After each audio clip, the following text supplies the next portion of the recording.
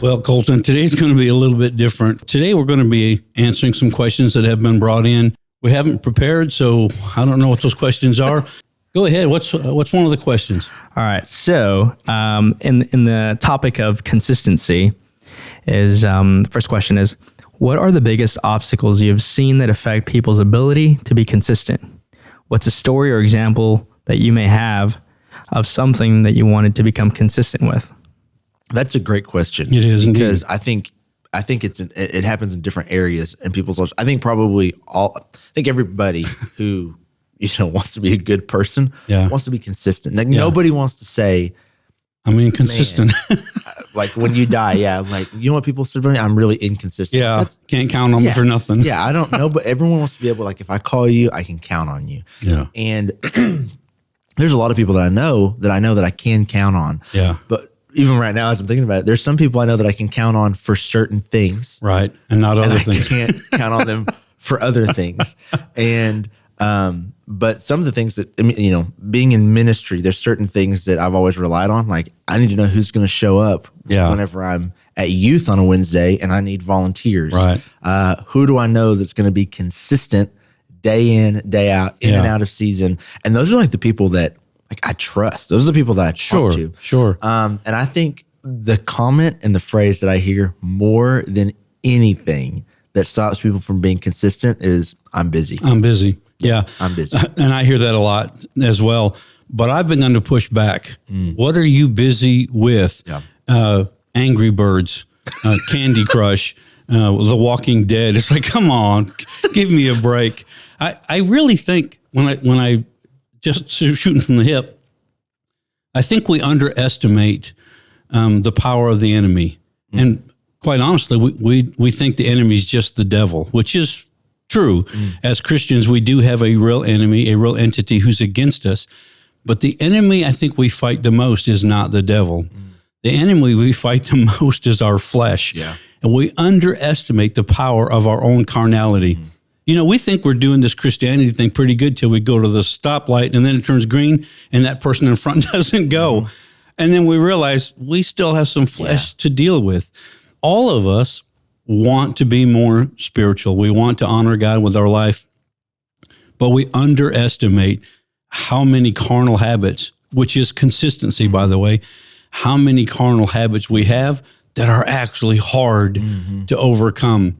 Now, I want to poke fun at this generation a little bit and the generation under them, because I keep hearing I'm too busy and all these things. But when we try to talk about fasting, what do we always do? We qualify or unqualify food. Well, you can fast the TV and you can fast the phone, which they can't, by the way. It's a lie. We're kidding ourselves. They go through panic attacks if they don't have their phone. But we always go to that. But when that word was written, there wasn't any phones. It was food. It was food. And the reason we want to relegate it to our TV and our phone is because it's actually easier to set those things down than it is the plate and to push it away and say, I'm going to do without food for a day or even a meal. It's one of the things I learned early on in my Christian life is that when you're doing something spiritual, it has an enemy that when you're just doing it, it doesn't have. Like when I was in wrestling and gymnastics, losing 8 pounds to wrestle at a particular weight class, put on the sweatsuit, go run, don't eat for 3 days, go wrestle, eat 2 burgers on the way back home. Yep. So I heard about fasting and I thought, I got this, no big shake. By 10 o'clock, I thought I was going to die. Every commercial was a food commercial. Yeah. People came out of the woodwork to invite me to eat that I hadn't heard in 3 years or 5 years. It's like, that's when I realized something's going on here. There's a real battle. We say, man, I'm having a hunger pain. No, you ain't having a hunger pain. Not after 2 or 3 not days, after or even 2 or 3 days. That's right. That's you have a habit pain. Yeah. It is your flesh, your carnal flesh saying, I'm in control, feed me. Yeah. That's the thing I think we underestimate is that we want to be consistent. And the truth is we're actually all consistent. Yeah.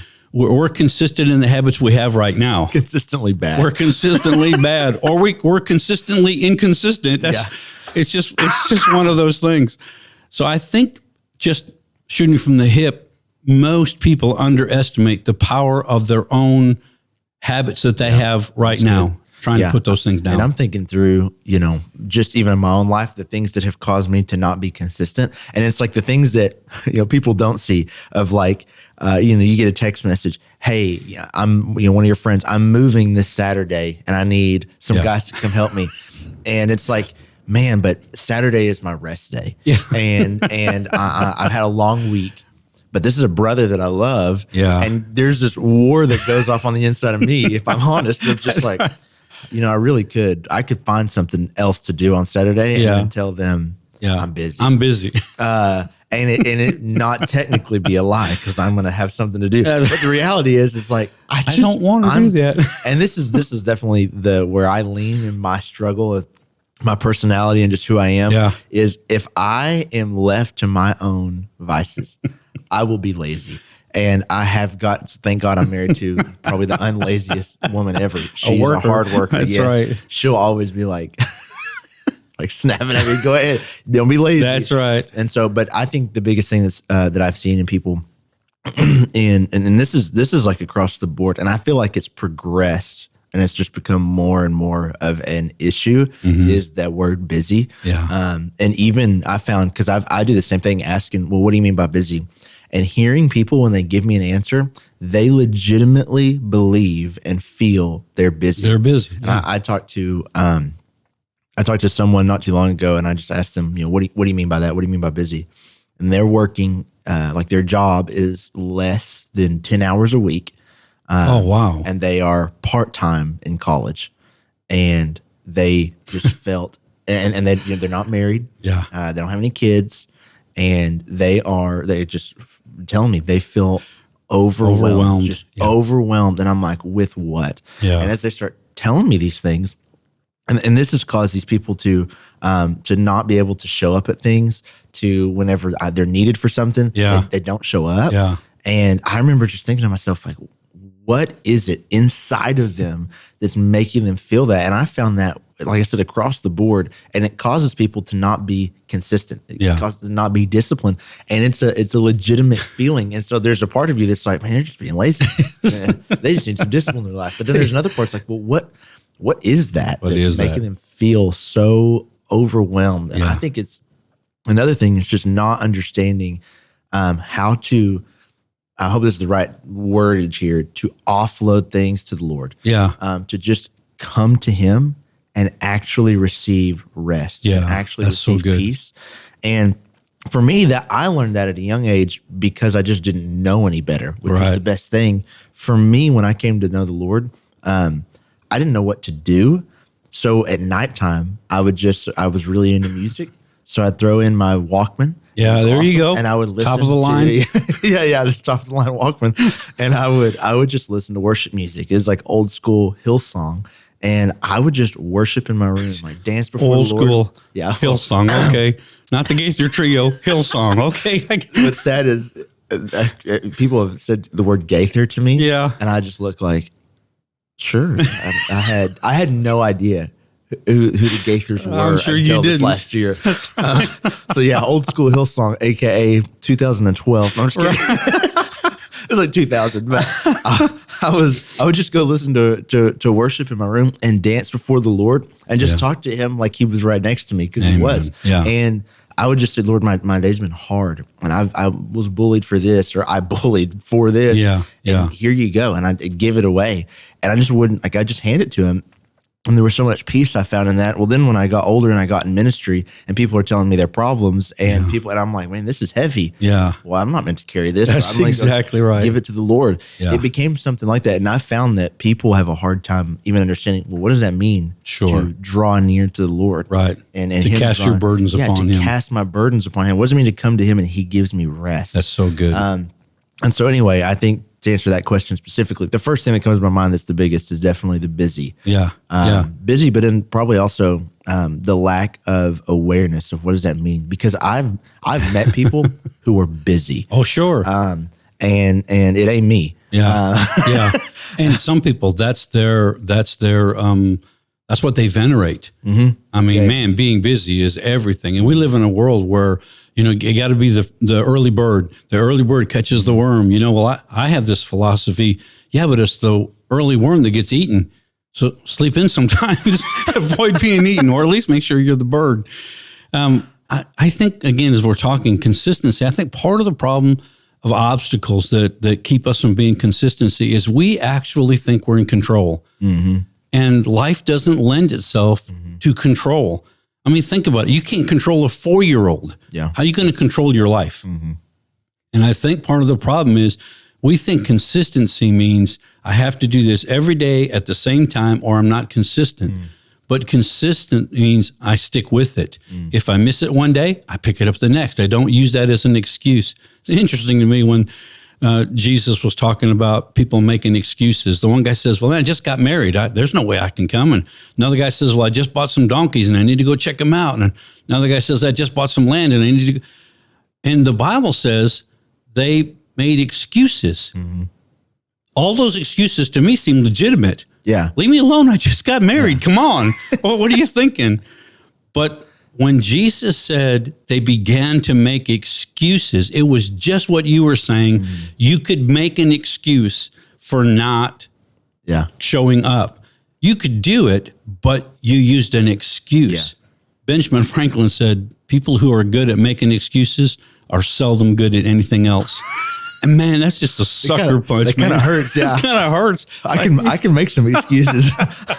Hey, man, and they sound legitimate. And that's the thing. We can make an excuse, but it becomes an excuse when it gets us out of something that we should be doing or need to be doing or could be doing. And we just use this as a cover up. That's when it becomes an excuse. When it's legit, it's legit. Yeah. But the problem is when Jesus calls an excuse for them, their heart was such that it was an excuse. Yeah. Well, when I'm thinking of consistent people in my mind, it almost seems a little like ambiguous, like consistency. But when I think of you're one of the people that comes to my mind when I think of consistency.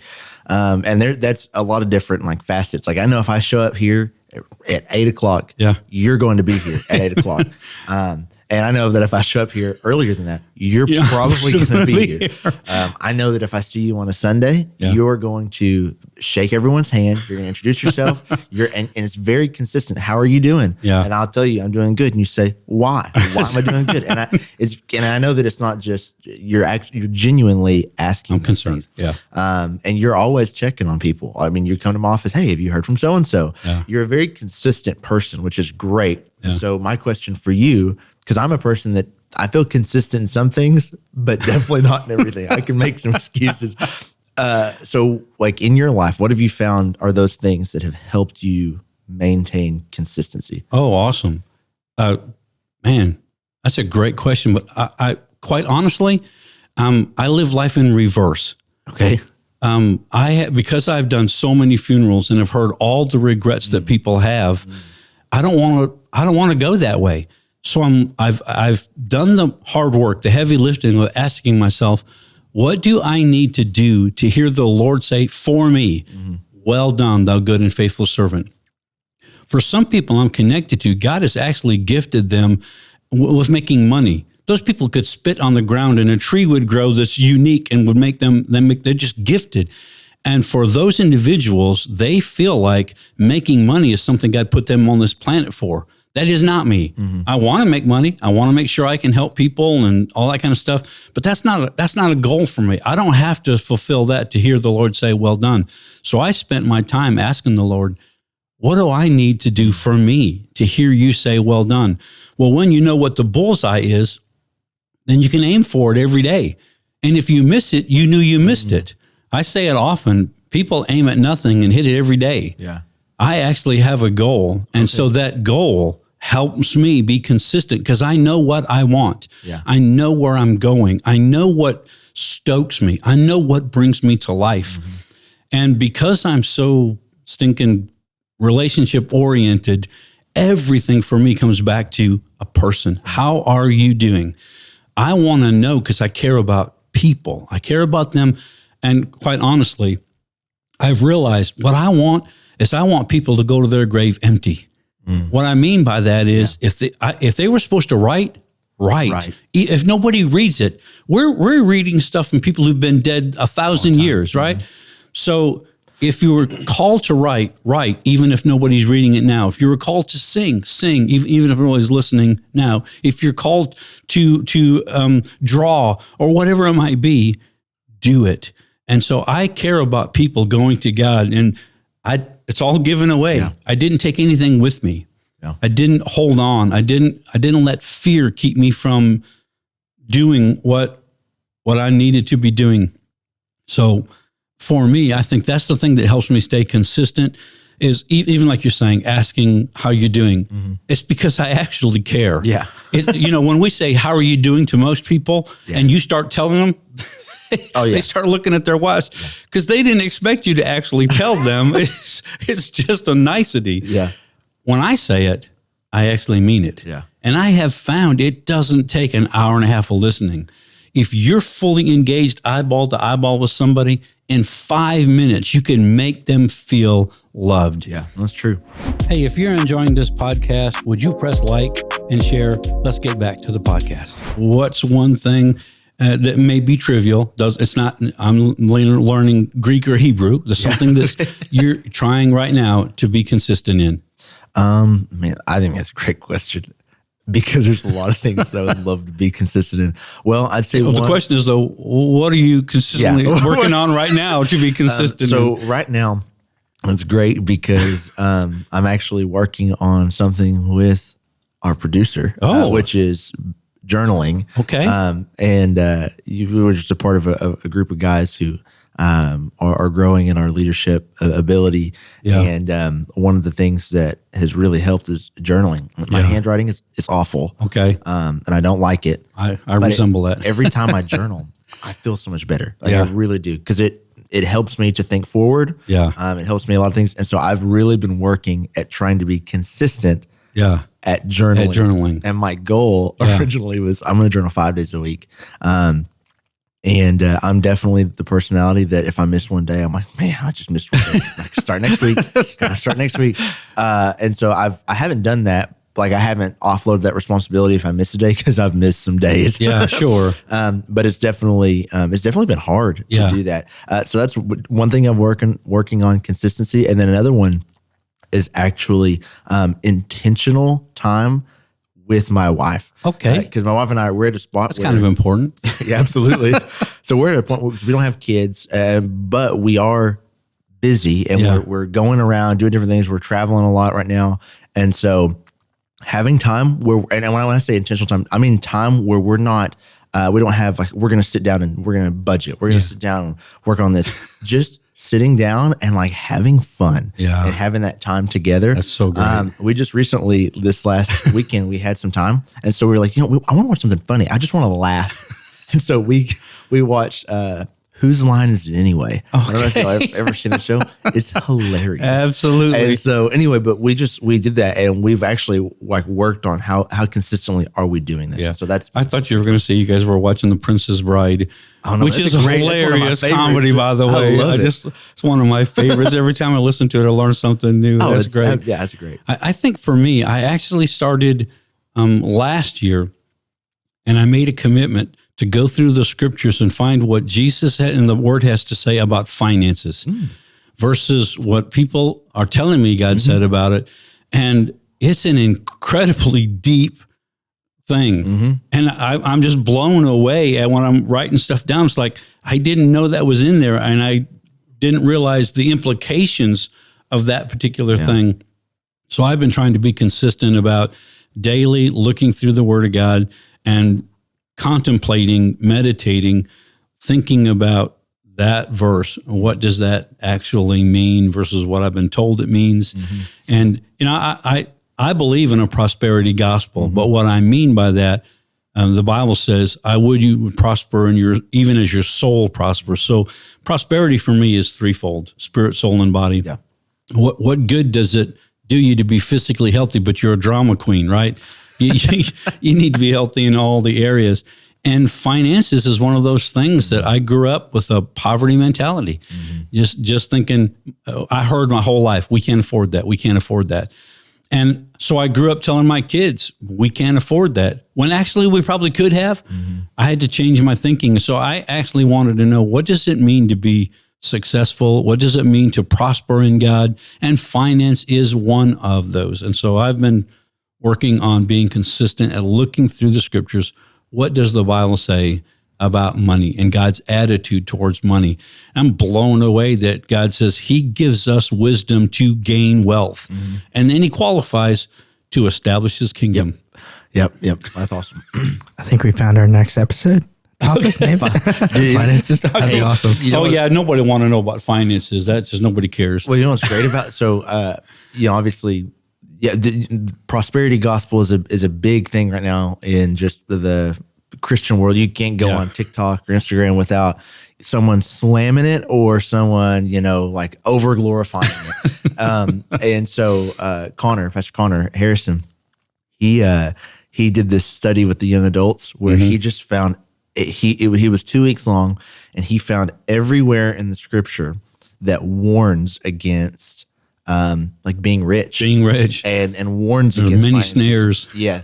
And he wrote, it's a great document. I'll give it to you afterwards, but it's this, like 2 or 3 page document of everywhere where it's mentioned, the context for it. And then the next week it was everywhere in scripture that mentions for abundance. And those things. Right. And so then they just contrasted it over 2 weeks. And I was like, dude, this is so awesome. Because you don't hear about that. It's like, it's like, there's the warning side of this of like, I don't advise everyone to be rich because there's a lot of things come with it. That's right. Yeah. And so then everywhere where God promises that abundance. So good. And so I'm like, man, this is good. That tension, that balance. I'm going to let the cat out of the bag. The issue will always be heart. Oh, all the time. It will always come back down to heart. If you want money to greed for your own self, it's a bad thing. But man, if you're looking at money so that you can help other people and you actually do that, I think when I really just stewardship is really the key element. And that's what you do is what you have right now. Yeah. Oh, yeah. Right. It always comes I cannot think of something in life that doesn't come down to the issue of your heart.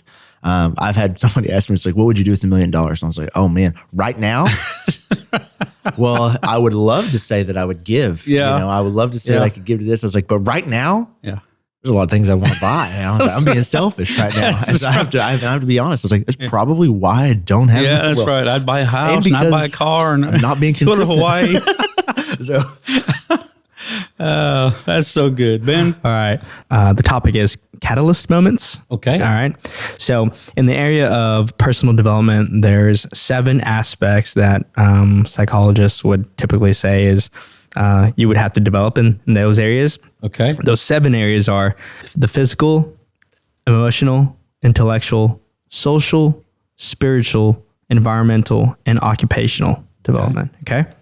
So the question is, describe a defining moment when a quote, conversation, a prayer, or a sermon became an impetus for growth in your life in one of these categories. Oh, wow. I got to ask, Ben, did you write that question? I did. Because that was so beautiful. That's a beautiful question. Impetus. Yeah, I was going to say, I got to go look that up, make sure I know what he's talking about. Man, that's a great question. Because I feel like in each one of those categories, I could probably pinpoint something. Yeah. Yeah. So I'll start us off because our friend Mark Corello actually said to me, he said, Pastor, he said, there's way too much in you to go to the grave with you. You need to find ways to get it out. And so I started asking people. So part of the reason we have this podcast is because I was pushed to do something that could be recorded so that even after I'm dead, it's there. People can watch it. Because we're watching things from people who, when they said those things, were just sharing. They didn't know they weren't going to be around 10 years later or whatever. And I'm always, I told you, I want people to go to their grave empty. And that really sucker punched me. It's like, I do not want to take all the heartaches I've been through, all the times that God showed up in those heartaches and pains, all the things I learned that could help somebody not hit their head as hard as I had to hit mine to change. I don't want to take that to the grave with me. I do think the cemetery is where the highest amount of treasures are actually buried. People are traveling all over the world to go in the ocean and find sunken ships and all these different things.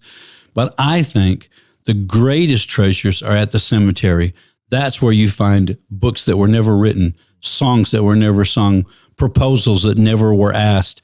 And I don't want to do that. And so that conversation really was that promotion for me, that kind of kick in the gut, that impetus to say, you need to make sure it's no longer about you. It's about getting what you have in you to others so they can learn and grow, so they can receive what you've received.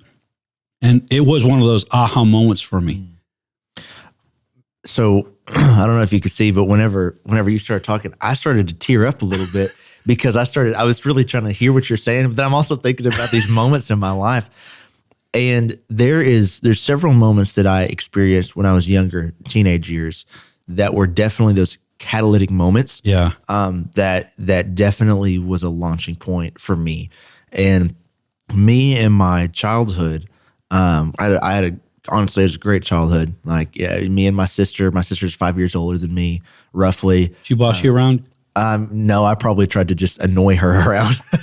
My sister was. That's what boys do. Annoy the girls. Yeah, my sister was the straight A student who never did anything gotcha. wrong. Okay. And I was, Not that. Yeah, I was the 5-year-old, or the little brother. Anyway, but there's a lot of things in my life, especially as a teenager. All teenagers are going through a lot, just a lot of physical changes, and just there's always stuff going on in the household with parents and things like that. Yeah. And so for me, I was going through a rough time as a teenager, and that's whenever I gave my life to the Lord. And what happened is this is the only way I can describe this is I was just dead. Okay. Dead on the inside, and it felt like there was no purpose in life. Yeah. Now, the best way that I can describe this, and this is something that's helped me to this day, is like when you fall in love, Sure. and it's like everything is heightened. It's like whenever you see that person that you love, it's like you smile. Yeah. And it's like there's a purpose, and you feel this like warm, fuzzy feeling inside. And I see this a lot. I see it a lot in teenagers where it's like, man, you were depressed last week. Right. Oh, you met a girl this week. I got it. It's got to be a girl. Like there's this thing inside of you. It's like whenever you experience that love, you come alive. Sure. And it's not just in that moment. It's like everything. It's like you see color for the first time. Yeah. And for me, that happened when I had this experience with Jesus. And I had been to church hundreds of times. Yeah.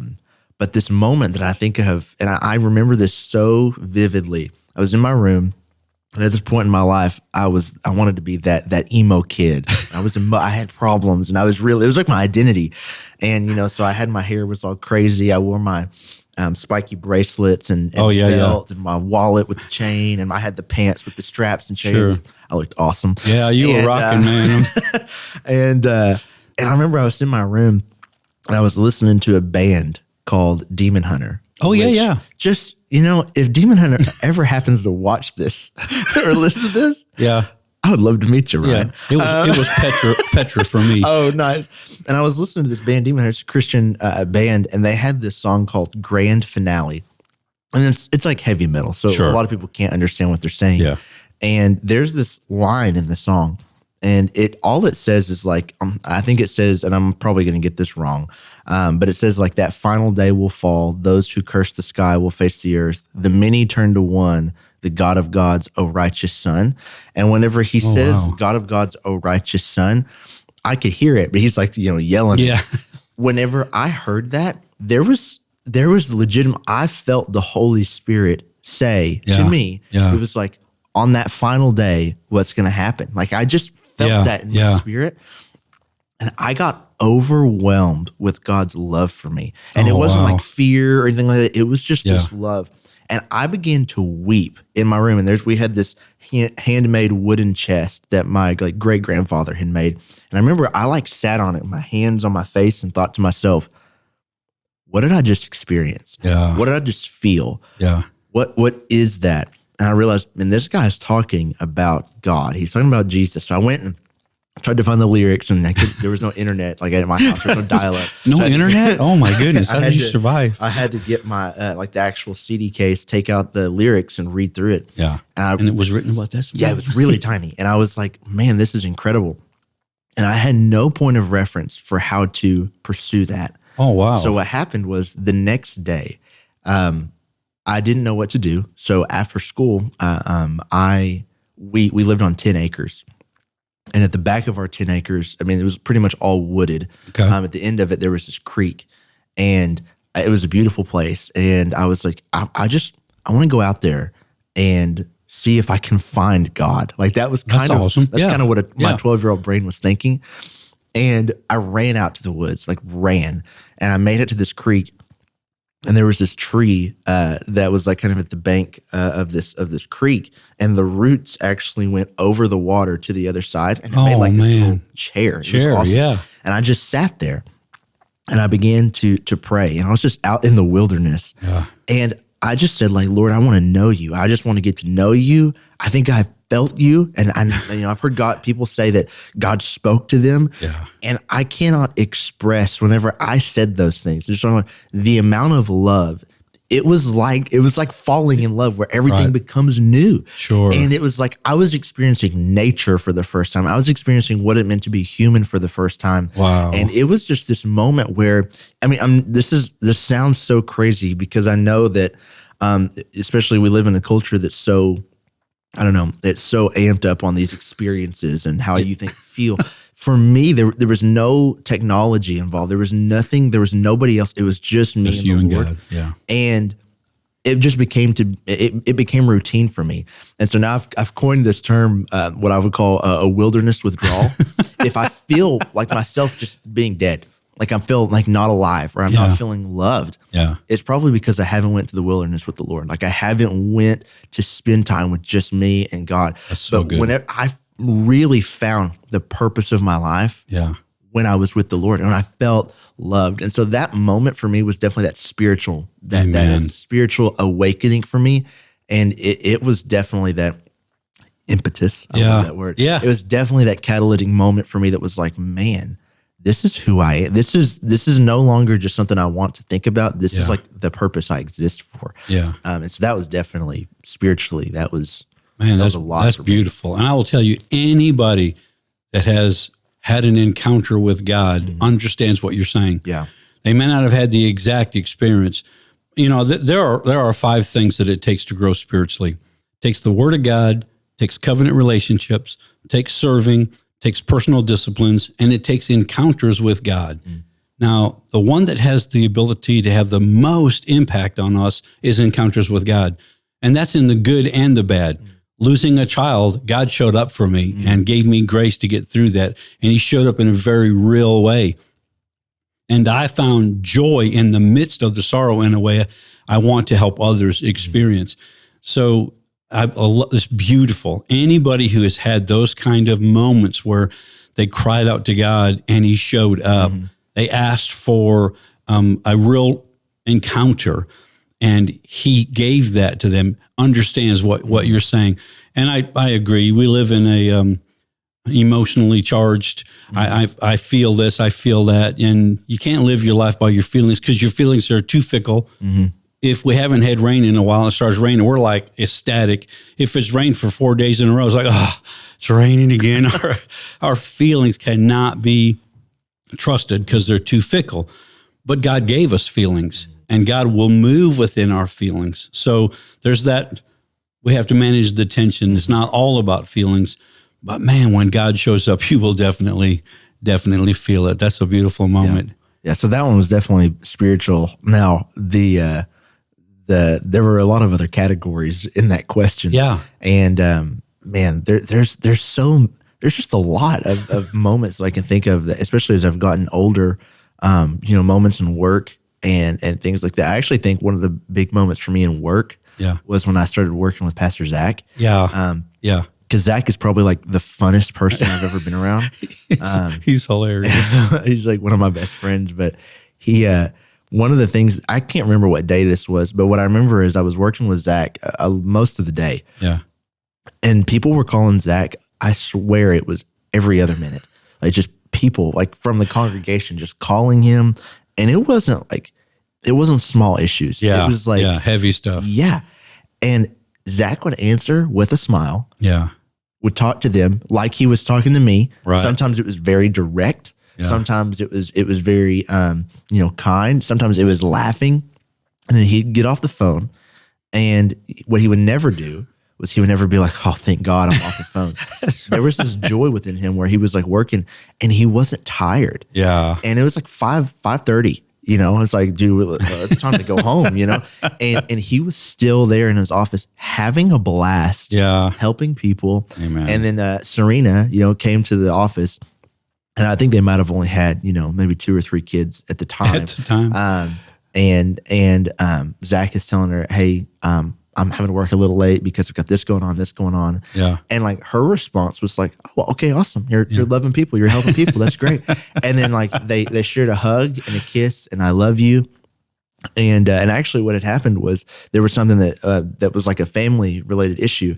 And they took a moment and just prayed really fast. They weren't overly worried about it or anxious about it. Yeah. And then Serena left and he went back to work and he found joy in it. And I remember thinking to myself, like, this is something for him that is just a lifestyle. Yeah. And this was early on whenever I started working at the church. And he had been there for a while. And I was relatively new. And I was like, wow, I want to make sure that work-wise, I maintain that posture. Because if I ever get to the point where I'm like, what's 5 o'clock? I got to get out of here. Yeah. And, someone needs my help. Hey, I can't help you. It's 5 o'clock. I'm like, one, that's just wrong. You can't take a break from Christianity. And so it's like, there was just this beauty in that where I saw somebody who is more mature and older than me working. Yeah. And it was a moment for me that I was like, I want to have that passion with everything that I do and that my work. And so, shout out to Pastor Zach. I've never told him that story, but if he listens to this, I love you. Love you too. That's Matthew 11:28. Come unto me, learn of me, and I'll show you how to take a real rest. The word rest is where we get the word recreation.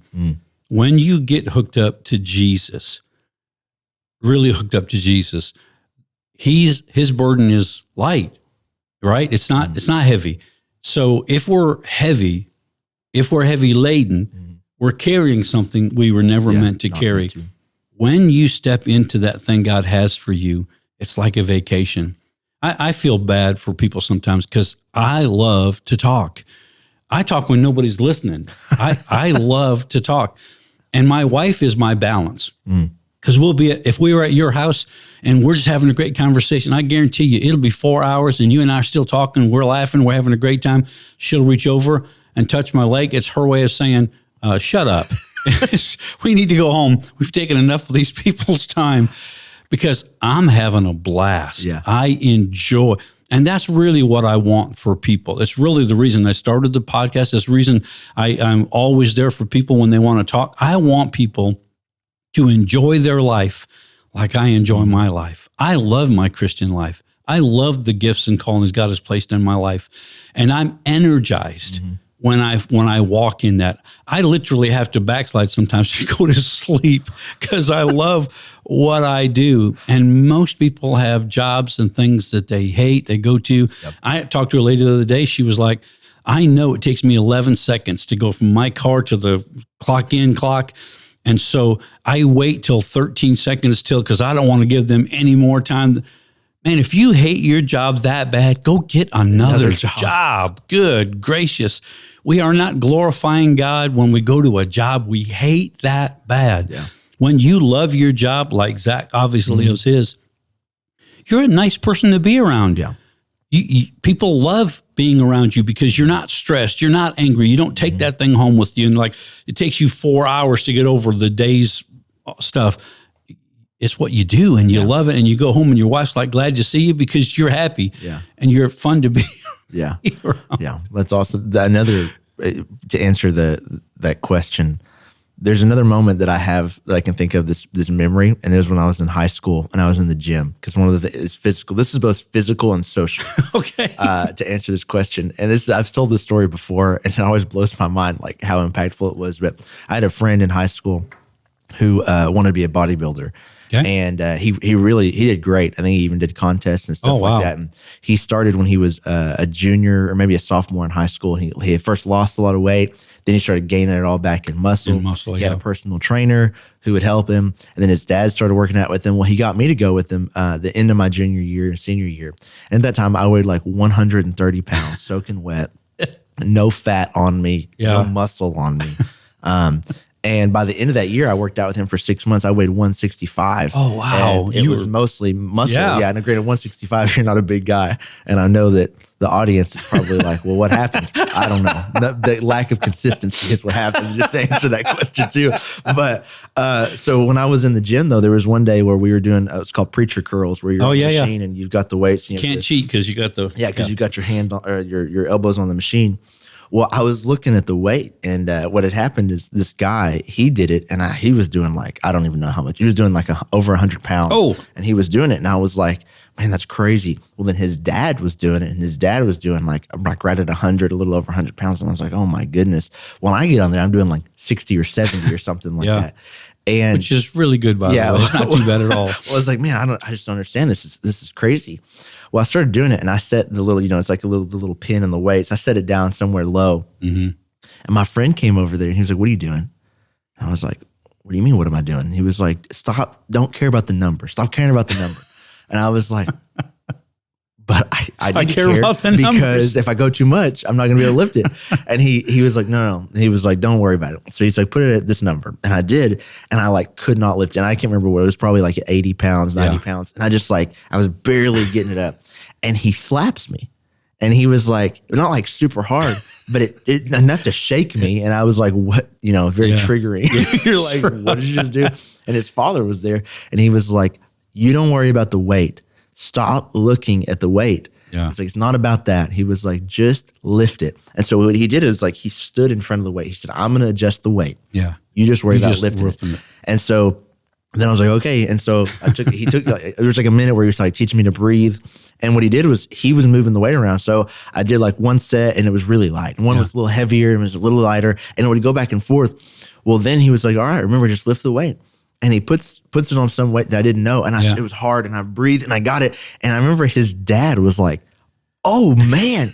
And what happened was I was lifting like 80 pounds, like max or something. Yeah. He set it to 120. Yeah. And because I couldn't see it, I was able to lift it. And the whole time, him and his dad were like, you can do it, go. And so I did it. And I remember, and he moved and I saw the weight and I was at 120. I was lifting more than both of them. And I was like, what? It even shocked him. Right. And he was like, what? And then his dad made this comment, just this offhanded comment. He's like, it's crazy whenever you're not looking at your circumstances, what you have the strength to do.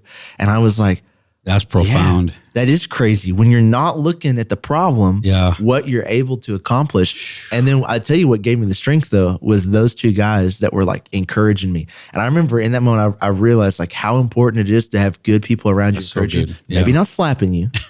Okay. Worked for them. It worked for me in that moment, right? But I was like, how great is it to have that? And then also to not be limited by just what I see. And actually that moment, it taught me a lot about life. Like I have recalled that moment when things are hard of like, man, I need to get people around me to encourage me, to talk to me, or to not necessarily encourage me, but like, hey, you're being dumb right now. You really need to snap out of it. Right. Let's give you a different perspective. And that was actually a moment for me that changed a lot of things. That's awesome. That I had a similar moment when I was in high school. I never was fast, and it's what limited me in pole vaulting, because you actually have to be a fast individual to make that pole bend like it needs to bend. I never was fast enough to get the kinetic energy buildup that it really needed. But I was at a particular level, and I kept hitting the bar, and the coach said, okay, he said, go back, try it again. He said, I'll reset the bar. Well, he reset the bar like 3 inches higher than anything I'd ever jumped before, and I just went over it and went down, and it's like, I'm thinking it's here and it's here. But it was that thing of I was limiting myself by what I thought I could do versus what I could actually do. Yeah. And we need people to pull out of us what's actually deep down inside that we don't know we have the ability to do. Yeah. When I read Ken Blanchard's Whale Done, like Shamu the Whale, Whale Done, it's a great book, by the way. He talks about how they train a whale to jump through a hoop that's 8 feet out of the water, or to ring a bell that's 12 feet out of the water. And there's a whole story there. But one of the things that's in that is this mindset that the whale has the ability to do that the whole time. It just doesn't know it's in there. Yeah. It took a trainer to train and to pull it out of them. Yeah. And I've definitely learned you can't pull out of something what's not already in it. What's not already in there. That people don't understand what's in us. Yeah. Like, we're created with eternity on the inside of us. Amen. We're created by God in his image. Yeah. Like, you think that's awesome. That's Absolutely. So cool. And so to have that stuff pulled out of us, you have to have someone help pull those things out of you. So I hope everybody hears this. Everybody is a 10 at something. It's our job to help them find what that is. Yeah. So next question. All right. So the last one, this one's on motivation. Okay. So motivation content is a fast growing space on social media. What do we get right with motivation and what have we missed? Yeah. You want to take a stab at that? Yeah. Well, so when I think of, there's a lot, in particular, a lot with especially like workout videos and things like that for motivation, and I've seen like some Christian versions of them too, which I think are you can do it in Jesus' name. Yeah, some you of can them do are kind of funny and cheesy. But I think, motivation, when I hear that, there's a lot of things that go off of me that's just kind of purely emotional. And I don't mean that in a bad way. Yeah. But just kind of almost giving you some momentum to start something. Yeah. And I mean, I've definitely, like people might consider this like podcast motivational. Sure. Like hearing other hope people's so. stories and say, oh man, I like that. I can do those things. Yeah. And I think there's, excuse me, I think there's a lot of those things that are great because they do like pull on people's heartstrings and what drives them. And it's that eternity on the inside. Yeah. And so I think those things are all good. Some of those things that are let me give you a push in the right direction. I think what's hard to translate for motivational content, though, is when you take that first step, it's so much harder most of the time than what is originally anticipated. Sure. Probably just because of a lack of experience of trying to do something new. It's like when you try a new diet. It's like you could listen to something that's motivational. Somebody's telling you, man, if you do this diet, you're going to feel better. These are the results you're going to get. Yeah. This is what's going to happen. Yeah. But then you actually have to do it. Yeah. But then you have to go, okay, now I have to make a grocery list to get said diet. What exactly do I get? Then you have to go do the research for what do I need to get? Oh, how can I do it the most efficiently? And by that time, that momentum's gone. And you have to watch the content again to get a little bit more motivated. Yeah. And so a lot of times that it's hard to maintain the follow through with those things. And that's just like with the diet, but you can picture that with a lot of things. I remember it was two or 3 years ago. I just had this idea. Or I think it was Pastor Zach mentioned he did it and he was telling me the results. And so I wanted to read the Bible in 90 days. Oh, wow. And I was like, I have read the Bible in a year, but I want to do it in 90 days. Like, that's great. And he's telling me about the results. Like, he's like, dude, I did this. And when you read the Bible that fast, you're seeing it from a different perspective. It's like the story connects. It's a story, yeah. You're seeing this and you're reading this many chapters a day. And I was like, man, that's incredible. I want that. And so I was really motivated to do it. Go home. I start reading in Genesis. And I'm like, oh, this is great. Genesis is great. Then I get to Exodus. And I was like, okay, Exodus is great, but it's not as good as Genesis. Then I get to Leviticus. I'm talking about this killer of momentum. Yeah. I was like, oh Leviticus. My goodness. If I have to read about this lineage one more time. and then you start getting to the point where they're talking about building the temple. Yeah. And I'm telling you, I think it repeats the same things for these temple over and over again. And I was like, man, and when you do this for 9 days, it's like 6 or 7 solid days of them building the temple. Yeah, exactly. And I'm like, and there was this lack of follow through. By the way, I failed. I did not read the Bible in 90 days. I read it. I made it to like day 30 something, 37 maybe. And then I missed like 10 days. And when you have to catch up, that's a hard task. Goodness. That's a real hard task. Yeah. And so anyway, but to answer the question, I think that motivation is kind of, when I hear it, and I hear this like push start, like you're going to get some momentum. Yeah. The part that I don't know if maybe we fully hit is that how do you continue to follow through? Yeah. Because there's a lot of people right now in the world who are great motivational speakers. Absolutely. And every time I listen to them, I'm like, man, I got to go work out. I got to do something hard. You hear the Rocky song. I got to wake up at 4 a.m. I got it. And I just got to suffer through it and take the pain. Like there's that. And that sounds incredible, like beating my laziness.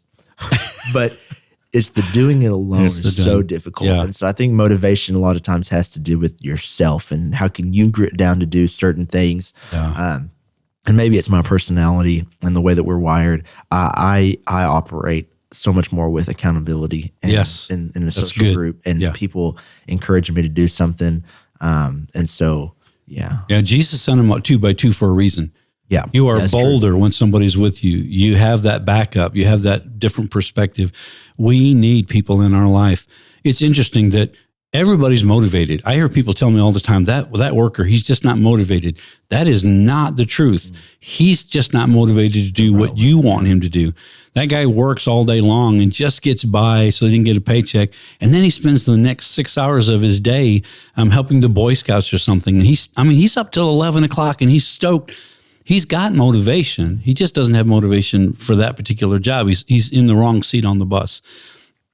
But I think you're exactly right. Motivation always has to be put to the place of now there's the discipline. Yeah, the work. The work of it. And I love Hebrews 12:2 because of that. The Bible says we look unto Jesus, the author and finisher of our faith, who for the joy set before him endured the cross. If you don't have a vision for something that's greater than your pain or what you're doing, you will never make it. You think about a woman having a child. That's okay. She had a child. She went through it. Why does she have a second one? Did she forget how much that pain that was? All that went on with that? How she was like, she couldn't wait to have that baby. It's just, I'm tired of carrying this. No. She has a vision. Yeah. She has a vision for a child that she's going to love and we're going to have a relationship with. And that vision is stronger than the pain she has to go through to get there. And until you truly have a vision for something that's greater than the discipline, greater than the pain, greater than the stress and the difficulties and all those things that we excuse away that are actually real things, until your vision is not is greater than the pain, you will never make it. Yeah, I think another problem too with motivational content is there's actually a ton of it on social media, like a lot. Yeah. And you can, there's also a lot of junk on it. But if you go on YouTube or wherever and you watch some motivational content, there's actually an abundance of it. And when you listen to it, it's kind of euphoric. You listen to, man, I can do this. Yeah. But then you scroll to the next video and it might be, something crazy, something or political, and it's just completely off topic. Yeah. And it takes the motivation that you had a second ago and it just kind of takes it away. Deflates it. And you said something that, and I feel like I say this to anyone every time I talk to them about anything, but it always comes to me, it comes back down to love. And you talked about a woman like giving birth to a child. Yeah. The reason they're able to endure it again is because they love that child. They have this love and it gives them a sense of purpose. And so I went to college for biology. And you would think like, theology, but it was for science actually. And, in science, they teach you a lot about evolution and things like that. One of the main gripes that I have with pure evolution theory in life is actually love. Yeah. Because if it was always only ever survival of the fittest, we would have done away with love a long time ago. Yeah. Because love makes you weak. Like if you're getting chased by a saber-toothed tiger, if you're going to forego love for survival, but you don't. You run after the person that's getting chased because you love them. Yeah. And I actually think that that's something that's an intrinsic value in people that God has created. That's so good. Is love. Yeah. And I think love is what actually it motivates you to do hard things. If I know my wife is in trouble, she's being chased by, a carjacker or something like that, whatever, I'm going to go to the ends of the earth. Yeah. And you better believe I'm going to be motivated the entire time to do it. That's so good. Because I love her. And I think that's actually the problem with motivational content is it most of the time doesn't deal with love. And I think to flip this a little bit, even a love towards yourself. Yes. Because a lot of people have a very hard time with things like diets or exercise because I don't think they understand what it means to love yourself in the positive outlook, not to being, I'm in love with myself and I'm amazing, but to have a love. But people will reflect on others, how they feel about themselves. Yeah. And I've seen that over and over again. Absolutely. But if you see a person that really understands how much they're loved and the love that they have, they'll reflect that on others. And I think that, motivational content, things like that, is I think you have got to have a healthy understanding of what it means to be loved and to love. Yeah. And I actually think that will help motivate you in any area. And in physical exercise, things like, for example, my wife and I are doing a diet right now, well, attempting to as I drink a sugared coffee. Consistency, people. Consistency. Consistently bad. We can blur it out if you need to. And so, we had a whole bunch of people just turn us off. yeah, there you go. We're trying to do a diet where we're doing around like 1,500 calories a day. Okay. And so, which if you know a lot about calories, is not a lot. It's not a lot. So we've just skipped lunch a lot of days, or Yeah. just had like really small things and things like that, and then we'll have a good dinner. Anyway, we're doing this thing, and honestly, one of the reasons that motivates me to like actually stick with that is because if I'm having health issues, well, there's a problem with there, because one, this body is the temple of the Lord, and I want to take care of it. But also, like, if I'm sick, that puts stress on my wife. Yeah. If I die, that's going to put stress on my wife. And so there's actually this, like, I have to go way deeper than I want to look good, or things like that. Sure. I actually want to be healthy for the people that I love. That's beautiful. And I want to be healthy because God loves me and he's entrusted me with this life. And I want to be empty whenever I die. Yeah. Like, I want to have said, I've given it all. And so there's actually, because I love the Lord, because I love my wife, and also because I love myself, I want to be able to do things well. And it's actually a motivational tool for me. And I think we kind of miss that sometimes, especially in the Christian world, of just like, be disciplined, do hard things. And like, absolutely, you have to do things. But you also really need to understand love, because love is eternal. Yeah. Love never ends. Yeah. And you have to look at that from all aspects of love. That's really good, Golden. And so, that's how I feel about it. Yeah. In Corinthians 13, the definition of love never fails. Mm-hmm. What he didn't say in that was that it was easy or a quick fix, because it's seldom either. No. You hit on a really good point, because actually my very first Facebook that I ever did was about how important it is for us to take care of ourselves, because that's actually how we benefit the people we are connected to. If you don't take care of yourself, then you put stress on other people because you don't take care of yourself. You don't live long. The best thing you can do for people connected to you is take care of yourself. You cannot deal with crazy and chaos 80 hours a week and not be crazy and chaotic. Yeah. You have to take care of yourself, because those people who are dependent upon you need you to be around. They need you to be able to speak into it. They need you to be here as long as is possible. So that's beautiful. I think that's one of those things that we negate or don't think of when we think about being motivated. But if it's not love, then it's very likely it could be just selfishness. Mm-hmm. Yeah, that's beautiful. Beautiful.